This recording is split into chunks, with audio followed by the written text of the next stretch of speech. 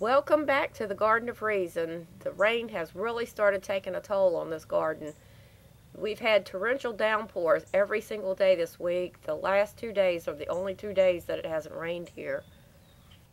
Here's my onions. The Georgia Sweets on the right haven't started bulbing up yet. The Texas Super Sweets on the left have bulbed up, and some of the tops have started falling over, and they only got the size of golf balls. And these onions have done beautifully. They're supposed to be the little spring onions. The sugar beets are hanging in there. The tops on some of these are about the size of a 50-cent piece.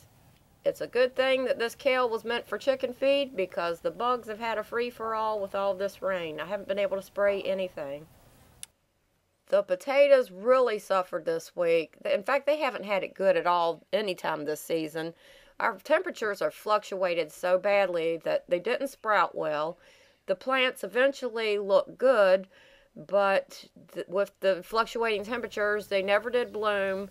And now with all of the rain, the ground stayed so waterlogged that the plants just started collapsing and dying off, so I decided to pull them. So you see what I ended up with. The potatoes are small and they're covered with what looks like white pimples.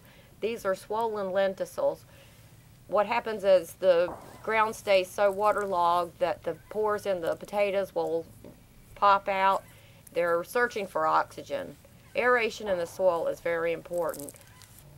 If potatoes do this, they're still good. When they dry out, those pores will settle back down, but it's important to get them out of the ground because with the pores up like that, they're more susceptible to bacteria and rot. And I had some potatoes that split because of all the rain, and I had a few in there that rotted. With potatoes, an average yield is anywhere from 10 to 15 pounds for every pound of seed potatoes that you plant. As I was digging this, I thought I'd be lucky if I ended up with a 3-to-1 ratio. In the end, I ended up with 25.5 pounds of potatoes from the 5 pounds of seed potatoes that I planted. So all things considered, I don't think I did too bad. When I planted them, I cut the potatoes up into single eyes, and I haven't dug the russets yet, but I don't think they're going to do as well. The new strawberry plants seem to have made it through okay, but I added perlite to these beds when I planted them, and I think that helped a lot.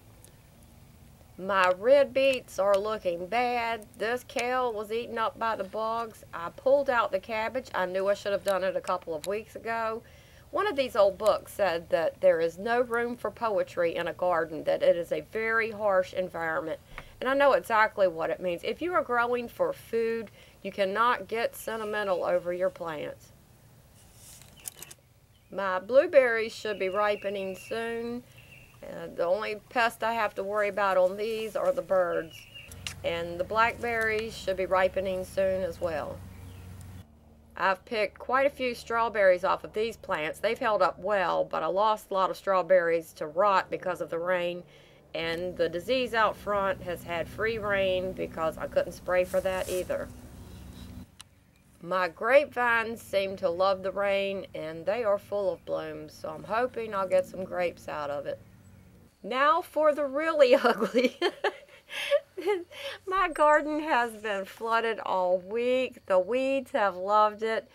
The seeds that I'd planted came up and they all have disease. I need to just start over from scratch back here. But I did get some work done on the fence. Hopefully this will keep the deer out.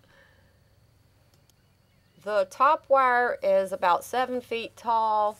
Hopefully they won't try to jump between those wires, and if that's not tall enough, I thought that I could tack on some 2x2s to the post and run some wire up even higher. So far the fence is helping. The deer always insist on walking right across the center of the garden.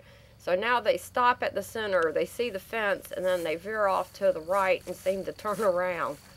I have a long way to go with this fence, but little by little I'm getting there.